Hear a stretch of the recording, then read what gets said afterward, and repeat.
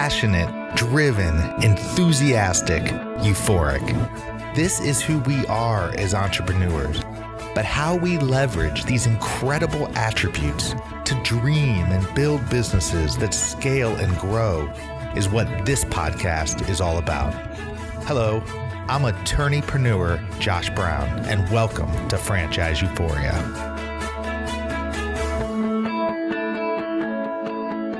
Hey everyone, I'm Dee. I'm usually behind the scenes here at Franchise Euphoria, but today I'm picking up the mic to introduce a very special Best of Franchise Euphoria episode. A year ago, Josh had the awesome pleasure of recording one of his all-time favorite interviews. If you haven't guessed yet, I'm talking about the incredible Michael Gerber. Today, we're sharing this amazing interview with you again. Listen for the first time or listen again, because Michael Gerber will get you on the right path for success in 2015. Enjoy! Hello and welcome to another episode of Franchise Euphoria, the podcast to help you find success through franchising. Today, I am simply thrilled to have Mr. Michael E. Gerber on the show. Mr. Gerber is a very well-known author, speaker, coach, entrepreneurial guru, and quite frankly, the king of systems and systems implementation to help make small businesses efficient, effective, practical, and most importantly, profitable. He is widely known for his best-selling E-Myth books that are like Bibles to small businesses and their owners. I could go on and on, as Mr. Gerber has done so many wonderful and incredible things on his journey, but instead I will stop and let you hear from the man himself. Hello, Michael. Welcome to the show. Hello, Josh. How are you today? I'm doing fabulous. And yourself? Wonderful. I understand you're freezing your butt off there in Indiana. Exactly. Aside from that, but I am recording this inside, luckily. So that's good. That's good. I would have recommended that in any case. So I do have, it's nice and toasty in my office. So that's nice. Well, before we dive in, I'd just like to reiterate what a thrill it is to be speaking with you. It was about 10 years ago when a dear friend of mine, and he's a client now and a friend, and he was just getting started in his own entrepreneurial journey. And he basically started a company from scratch, and now it does upwards of 30, 40 million a year. And we were talking on the phone one day, and he said, I'm just reading all these incredible entrepreneurial books. And I said, really? Well, tell me about that, because I'm kind of curious about that. And he was telling me about a number of books. He said, but by far, the best one I've ever read is E-Myth. And I said, the what? And he said, it's E-Myth Revisited, Michael Gerber. And he said, just trust me, Josh, this will change your life and your thinking. Go read it. So I went, I bought it, I read it, and I got to tell you, he was absolutely right. And as of today, I have read it and reread it several times over. So I just want to say thank you for putting that book together. Well, thank your friend, Josh, and thank you. And of course, I hear it a lot, but you understand that I can never hear it enough. Because when somebody truly understands what underlies the book, what's behind the book, the experience that drove me to write the book, and the understanding that I had to internalize in order to be able to communicate the story in the book, then you first and truly begin to understand why I'm so passionate about it.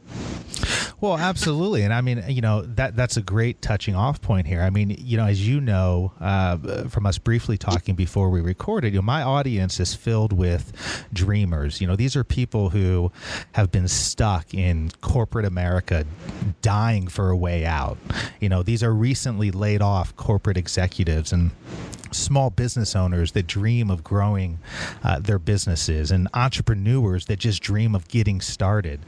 And what I'm trying to do is help these people realize their dreams by educating them, helping to educate them, so that they don't make foolish mistakes when it comes to franchising. That's really the why of what I do. And I'm kind of curious, what was your why when you set out to create E-Myth? Well, candidly, it was simply an invitation by a friend of mine to come visit a client of his. I was on to my way to doing something completely other than that. But he was so persuasive and I was so naive. I said, sure. So I went to visit his client who had difficulty turning the leads that my friend's advertising agency created for his high-tech firm. And so my friend asked if I would help. And I went to meet the guy, not knowing anything about high-tech firms, and candidly, not knowing anything about business because I wasn't interested in business, and went there simply as a lark, you might say. So I sat down with this guy, and I've told this story before, so anybody listening in says, oh, Gerber, you've told that story so many times. You got to understand that it is one of those core essential stories that have to be told for anybody to truly understand how they get where they are. Because I didn't go there to get something. I went there simply as a favor to someone. And I had two assumptions when I started this meeting with my friend's client, call him Bob, who is the founder and CEO of this high-tech firm in Silicon Valley. And I had these two assumptions. One, I don't know anything about business because I knew I didn't. And two, Bob does because he owns one. So lo and behold, as I begin this conversation with Bob, I'm beginning with both of those assumptions. So what can I do? Well, Bob asked me, what do you know about my business? Nothing, Bob. Bob asked me, what do you know about my products? Absolutely nothing, Bob. So how can you help me? I haven't a clue. But we've got an hour to kill, so let's see what happens. And so I began by asking him questions. It's all I could do. Ask questions, ask questions, ask questions, ask questions, just like you're asking me questions. And the more I asked these questions, the more my assumptions were turned on their ear. First of all, I discovered that I did know something about business. I knew that selling is a system. And of course, every business needs to sell something if it's going to survive, let alone grow. And secondly, what I also realized is that Bob didn't know that. Bob didn't know that selling is a system. And because Bob didn't know that selling is a system, Bob went out and made the first mistake every single person makes when they create a business. They go out to hire somebody who does know how to sell. They go to get somebody with experience. Now, that's the most commonly logical thing to do. Get somebody who knows how to do it. The problem is because no entrepreneur in his right mind would ever do it that way. No franchisor in his right mind would ever do it that way. Most people who go into business aren't really who we think they are. They're not entrepreneurs at all. They're what I've come to call, after all of the experience I've gained over the past 40 years, is technicians suffering from an entrepreneurial seizure. So they create a job for themselves. And when they are forced to get somebody else to do it, they go out to get somebody with experience. They never, ever, ever build a system to do it. And because they don't build a system to do it, they can't scale it.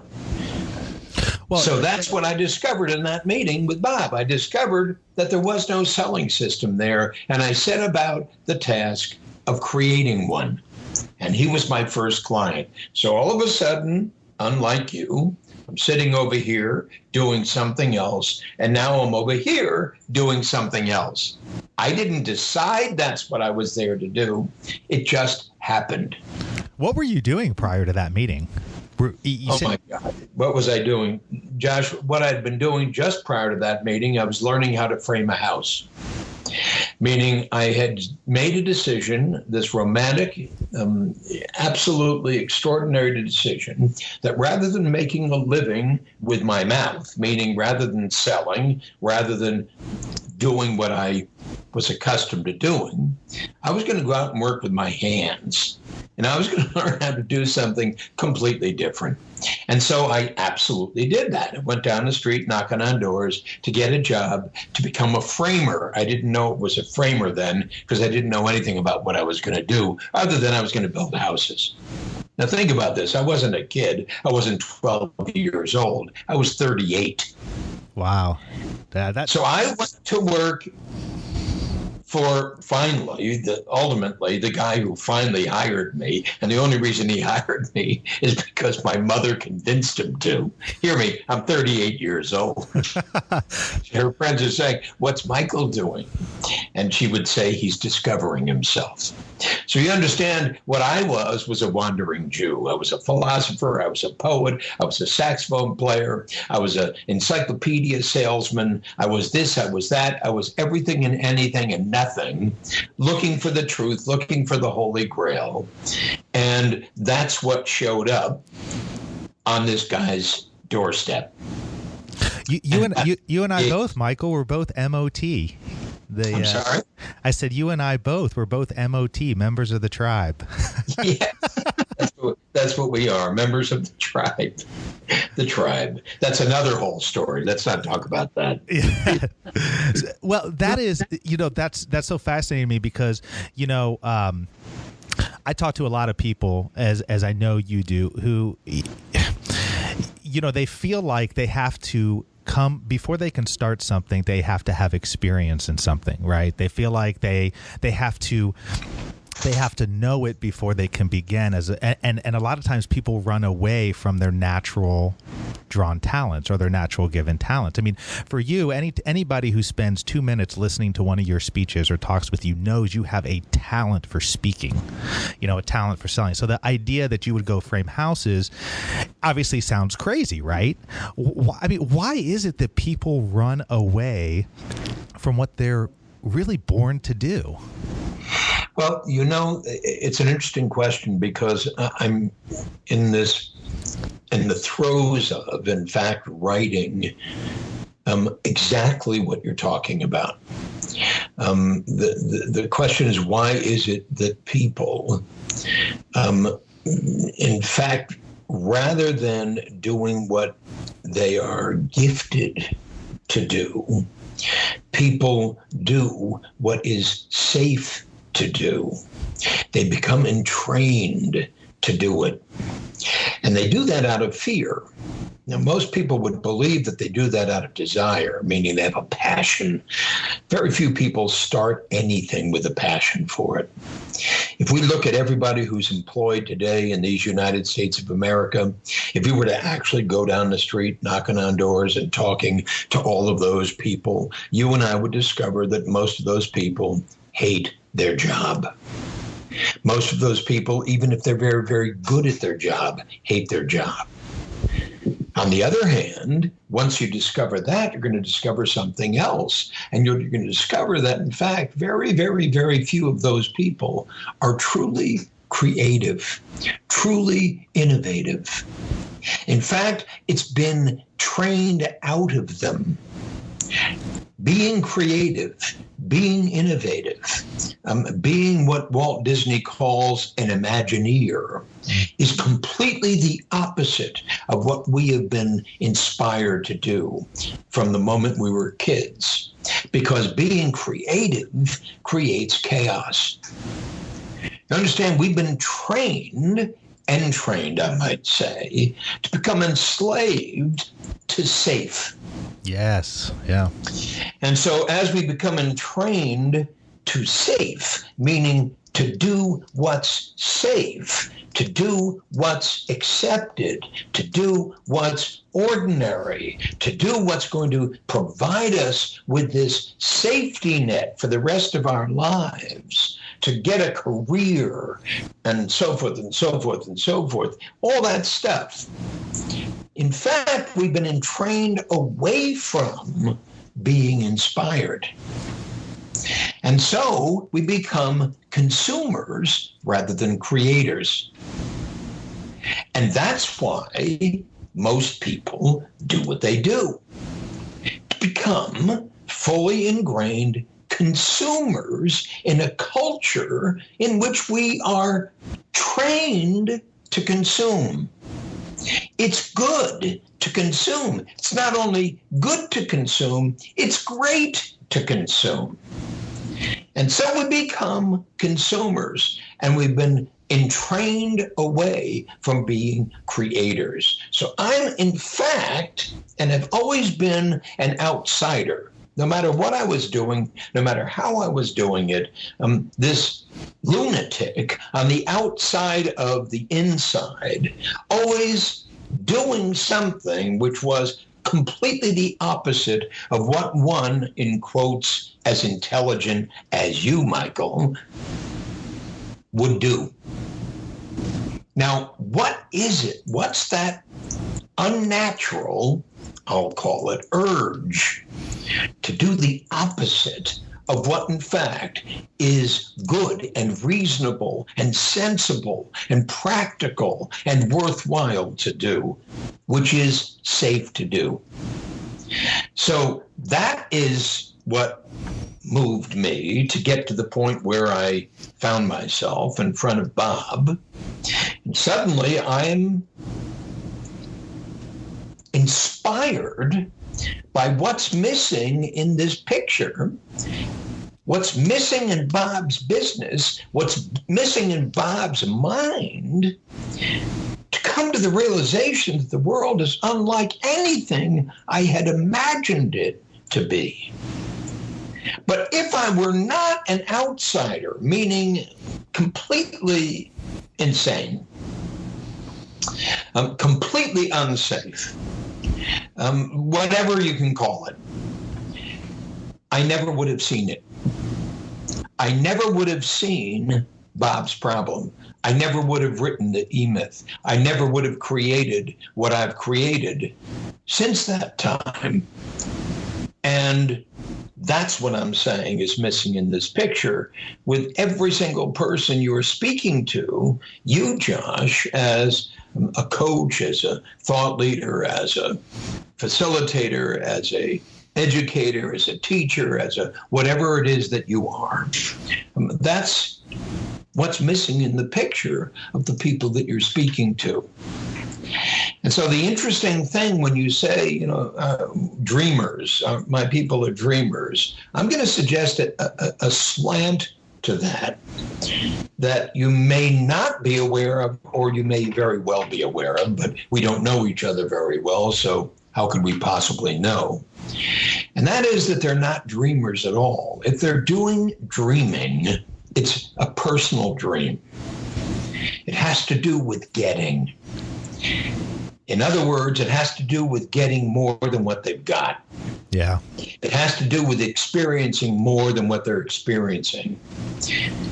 And I'm suggesting that, in fact, true dreamers have, in fact, no inclination to pursue a personal dream, but rather, as we call it in what I've created, the dreaming room, which is an incubator for entrepreneurs.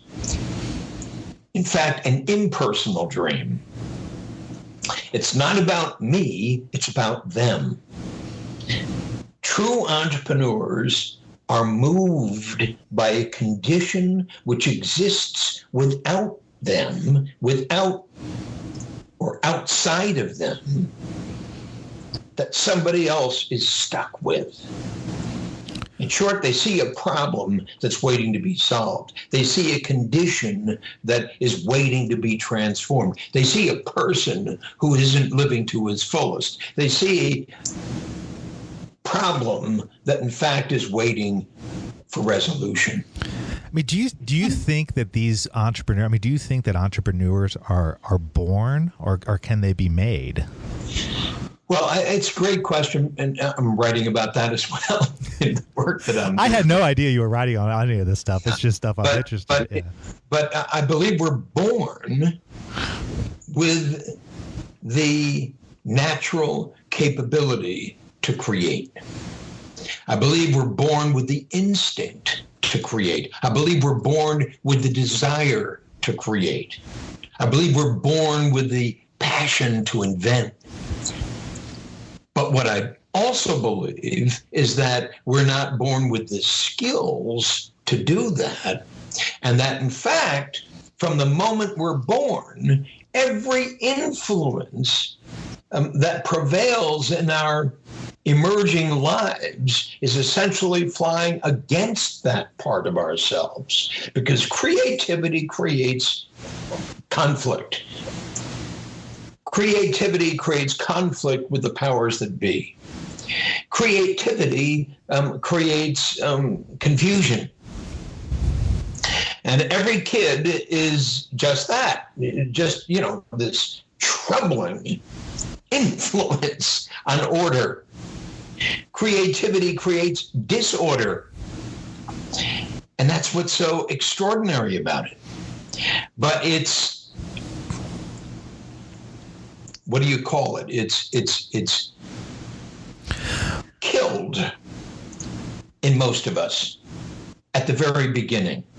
Yeah, because we're taught to follow a certain path, right? We're just as you talked about. We were taught. I'm wondering what you think. I mean, I see, at least with my generation and some of the younger, people coming up, I see a momentum shift going the other way. I see where there's a lot of people, because it's affected so many people with the economy, the downturn, people losing their jobs, that there's this movement out there. And I'm curious your thoughts on this, where people are starting to realize that what they once thought was safe was really not safe. In my opinion, the safest thing you can do is bet on yourself, invest in yourself, in terms of you're not safe going to your corporate job, because you never know when that Friday is going to come at 4:00 in the afternoon when your boss comes over to you and says, sorry, we're making cutbacks. I've seen that in so many people who have followed the quote unquote safe path just to find themselves out of a job. And yet their mentality has been so framed over a number of years of being in that environment that they just don't even know what to do. And when you talk to them, you realize they have so many transferable skills, but they don't know where to go. So I'm just kind of curious. Do you see a momentum shift where there's a lot of people are realizing that what was once thought of as safe is really not safe? Well, it's been said that in the worst of times, the best of times, the best of times, the worst of times, the reality is, as we look out at the economic chaos that exists around us, and we can have a lengthy conversation about that, but we can all agree upon one thing, that there is economic chaos around us. Everything that was certain isn't any longer. When you have a $17 trillion deficit, and no one listening to us right now can appreciate, in fact, how disastrous that is. When we have a $90 trillion unfunded debt, and nobody can understand how impossible that is to overcome. When we see the nature of work today in our country, and forget about the rest of the world, I'm just talking about the US of A. When we look at the nature of unemployment in this country, when we look at all of the conditions that we're all born into and have to deal with, when we look at the impossible college debt, over $1 trillion in college debt and growing, with no ability to pay it off. When we put all of that together, we understand that, in fact, everybody you're talking about, yes, is devastated by the conditions which surround them, but they have been entrained to believe in stuff that isn't true. So, in fact, when you say your best resource is yourself, well, that's true if I even knew what to do with that resource. We've got no place to go to do anything with that resource other than to learn a new skill. And that new skill is up for grabs. How do we choose? What do we elect to do? So in effect, I'm saying that, yes, all of the grounding is there for something remarkable to happen. But unfortunately, the institutions that exist aren't addressing it in an original, innovative way. They're addressing it in exactly the way we got to where we are, only different. Something other than exactly the same but different has got to be done, because exactly the same but different is not going to transform the experience all of these young people have coming out of stupid school, going on to stupid jobs, or just running around in the street screaming with their clothes off. Something other than that has to happen. Well, how do people? That's the work. Yeah, how do the young people who are coming out of these schools or who are bypassing the schools, how do they awaken themselves? How do they go out to seek what their own sort of, a lot of what you talk about, I feel like touches upon both spiritual and practical, and not spiritual from a religious perspective, but just spiritual from the perspective of knowing yourself, of finding yourself, and being able to understand. I mean, your dreaming room that you've created, and a lot of the things that you've done. And I'm kind of curious what kind of recommendations or advice you would have for those young people out there, or it doesn't really matter if they're young or old, but those people who are searching. What is a viable action or step that they can take to help get them one step closer to what they ultimately want to accomplish? Well, that's a question with a very, very lengthy answer. So let me say that, in fact, the people you're describing are doing significantly less searching than you would imagine. They are looking around, but they're not searching. So, the searching that one might have said happened in the 50s and the 60s, the searching that is at the core of some of the really, really profound books that have been written about searching, man's search for meaning, Viktor Frankl, et cetera, and so forth. The searching, that's searching in the truest sense of the word. The spiritual searching, the searching for some holy grail, some truth, something essential, something that, in fact, I could put my life into. That kind of searching isn't going on. Right now, there's a lot of noise. And the noise, unfortunately, is reflected in the things that we buy and the things that we do. I said we're not creators, we're consumers. And so we're breeding a whole batch of consumer-centric kids. Buy stuff. Do stuff that you buy, et cetera, et cetera, et cetera. So, in fact, what's happening all around us is that our machines are becoming more human, and our humans are becoming more mechanical.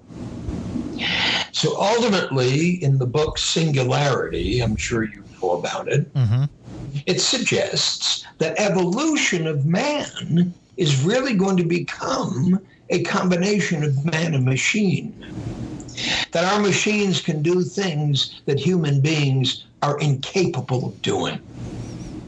And as our machines can do things that people are incapable of doing, people are going to let go of their innate capacity to learn to do those things in deference to the machine. Why? Because it's so much easier. My machine can do that for me. My machine can do that for me. And so in the process of that, and because we're not truly searching, we're buying, we're hoping. What in fact is occurring is exactly the opposite of what we would hope to happen, that we become more human, that we discover more what in fact it means to be human. And so I'm suggesting, in fact, that there is a model, or if you will, an opportunity for people to become more human, to discover what I think of as the creator within. That if we're born in the image of God, or you can call it the universe, you can call it great mind, you can call it spirit, you can call whatever people are comfortable calling God. If we're born in the image of God, we are here and we are born to create.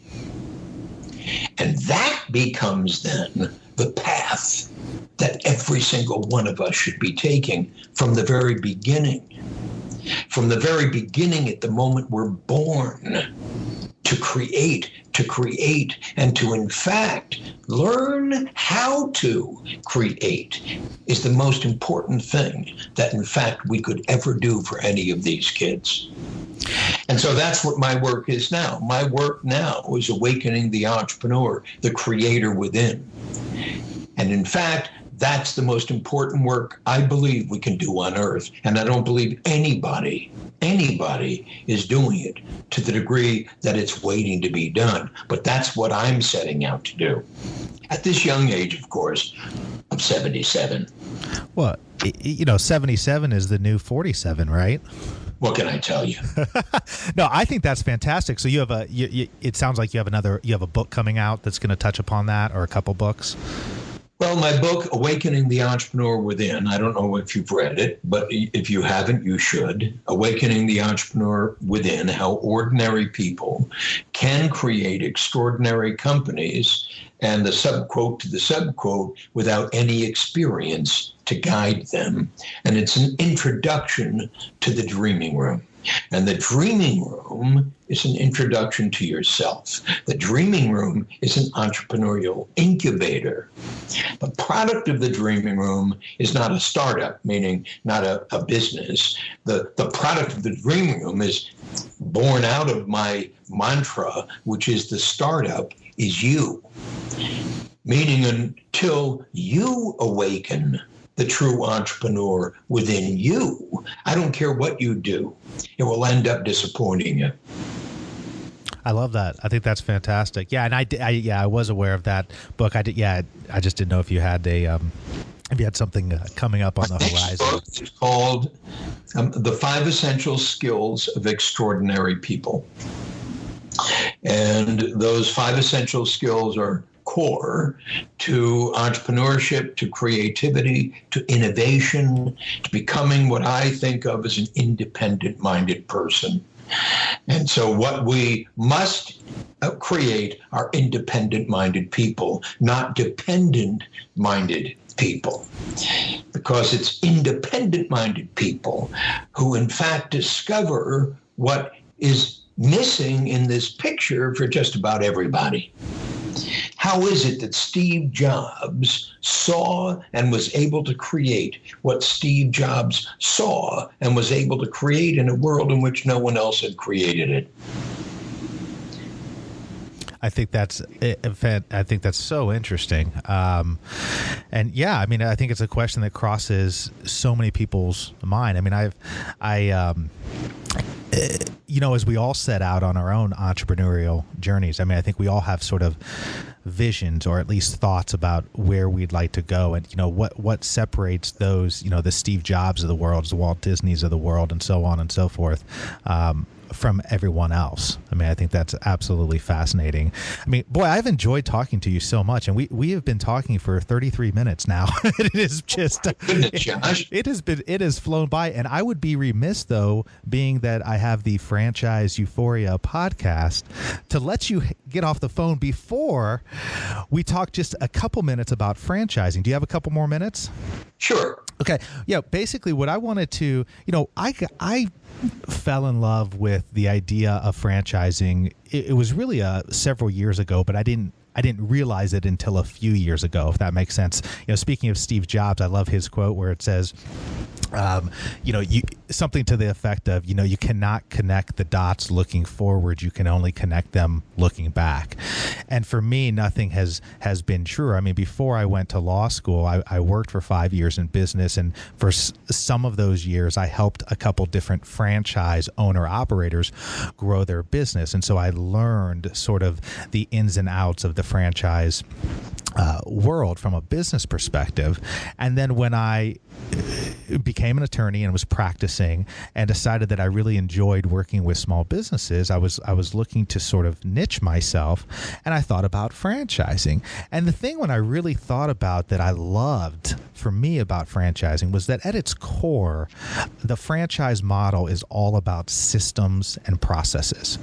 And whether or not you are buying a franchise, whether or not you want to turn your business into a franchise, or whether you're just a small business that just wants to run as an independent small business, the systems and processes that you put in place are going to make or break you. And that's what really drove me to the franchise model. I'm curious what you found, what drove you to the franchise model and being such a proponent of it. Well, it was so obvious. When, at the very beginning, after I met with Bob, and then I went to work with Bob as a consultant to build his selling system, and then I worked with another client of my buddy's ad agency, and then a third, and then a fourth, and then a fifth. As I began to do that work, it became obvious that every single one of these owners of these client companies had done pretty much the same thing. It was like they went to the store, they bought a jigsaw puzzle, they went back to their business, opened the box, tossed all the pieces on the floor, and threw away the cover to the box.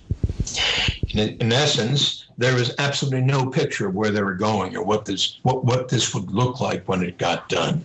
So I realized there was no vision. There was simply guys working, busting their buns, trying to get the job done. And so I went to work, as I called it later, on their business to help them to go to work on their business rather than in their business. I had to extract them from their business in order to awaken what I then later knew to be the entrepreneur. And as I was doing this business after business after business, for whatever reason, I walked into McDonald's between one meeting and another, and I walked in for a hamburger, and I walked out with a vision. I instantly saw what was missing in every single one of my client companies. Ray Kroc invented McDonald's. Well, he didn't invent it, he found it. The McDonald brothers invented McDonald's, he improved upon it. But essentially, he understood the logic of McDonald's, that effectively the system is the solution.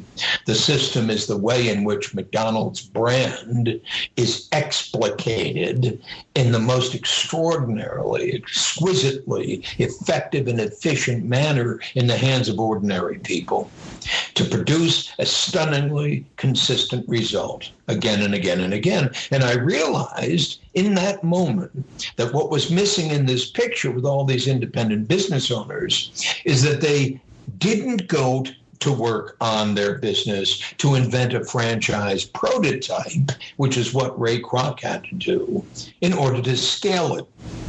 And that whether or not, as you said, they wanted to franchise it, absolutely, they had to do identically the same thing. Didn't matter that it was an independent business. It had to become a franchise, meaning it had to become a system that could be replicated faithfully in the hands of ordinary people. And in order to do that, you'd have to build it differently than every single independent business is built on the face of this earth. So I saw it. clearly way back then in the 70s. And as I saw that, it became obvious to me very, very shortly afterward that nobody had ever done this that way. And so we set about creating our first business, the Michael Thomas Corporation, which I called a business development firm with Michael and Thomas. I was Michael, he was Thomas, to create what I call the McDonald's of small business consulting. And we set about to build a consulting system unlike anything that had ever been built before that I could put into the hands of a minimum wage kid, my consultant, which in fact was a coach. So we built the first business coaching company way back then in 1977 and set about the task of replicating it. So not only did we do this for our clients, but we did this for ourselves. And in effect, it drove the whole E-Myth lexicon, the whole E-Myth paradigm, the whole E-Myth perspective from the very beginning. So what's most distressing to me about franchising is when franchising doesn't do what, in fact, Ray Kroc set out and then so exquisitely did to build the most successful small business on the face of this earth, McDonald's. What they do instead is to believe it's about the people. It's about the franchisee. The franchisee's got to be an entrepreneur. Well, no franchisee should be an entrepreneur, because if in fact a franchisee is an entrepreneur, then he or she is going to start by changing whatever system happens to be there to suit themselves. And therefore, it's not scalable. And therefore, the whole idea of a franchise goes down the tubes. Yeah, absolutely. I counsel with people about that all the time, where, it's so important, for people to realize their own personalities before they ever decide to buy a franchise. I am amazed at the number of people that go and buy a franchise and then they're disgruntled thereafter. And when you sit and you talk to them, you find out, wait, you're the type of entrepreneur that should have started the franchise, not bought the franchise. Right. You need to be a manager when you buy a franchise. The perfect franchisee is, in fact, an incredibly skilled manager with an incredibly skilled management system that enables him or her to manage the system that has been given them by license by the franchisor. So the very first thing that, in quotes, franchise manager needs to do before they ever buy a franchise is to absolutely make certain that the system is in place and the system works in place. And then what they're doing is they're buying the capability to do it. Yeah, absolutely. And it sounds so simple, right? But I'm amazed at the number of people that get it wrong, and it goes both ways. I mean, the franchisor has a responsibility to make sure that they're put good franchisees in, and the franchisees have a responsibility to themselves to do so as well. And I'm really glad we were able to touch upon that at the end. And I feel like I could talk to you for an entire day, but I know you've got other things going on. I do have some other things to do. I so appreciate your time. And before we go, though, I'd love for take a moment and let people know whatever it is, you've got exciting going on for 2014 and beyond, and then, how people can get a hold of you or learn more about your companies. Well, the most important thing we're doing today is to spread the dreaming room worldwide. So I have a master licensee in Australia, New Zealand, a master licensee in Japan, in Canada, in the UK, and I'm working with our master licensees, building out the prototype, ready to scale it worldwide. The dreaming room is exactly what I've said. It is the incubator that has never been created before, an incubator to awaken an entrepreneurial personality to the point where they absolutely are clear about their dream, their vision, their purpose, and their mission. And those 4 outcomes, those 4 competencies, those 4 drivers of a company are absolutely critical because they're the keynotes of each of the 4 personalities within an entrepreneur. The first is the dreamer, the second is the thinker, the third is the storyteller, and the fourth is the leader. And if anybody wants to find out more about all that, which I just shared with you, would love to join a dreaming room, which everybody can do. We can do that with anybody, anywhere on the face of this earth, through Zoom, online, led by one of my master facilitators.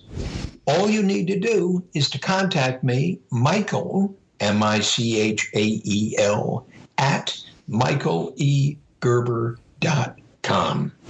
And when you contact me, I'll make certain you can get into the very next dreaming room.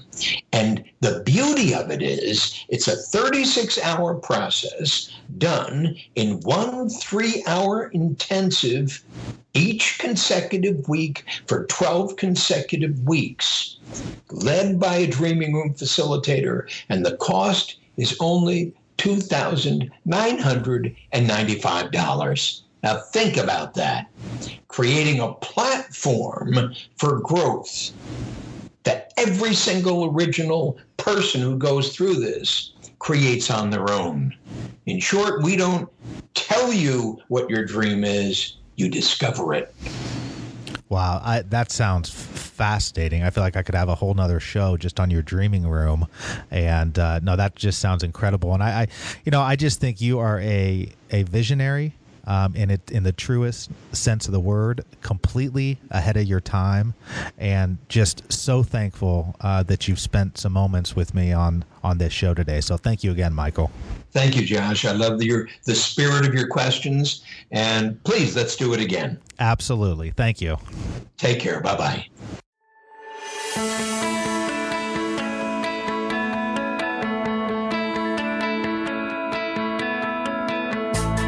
Thanks for being with us today on the Franchise Euphoria podcast. If you enjoyed this episode, please be sure to go to iTunes and provide a review.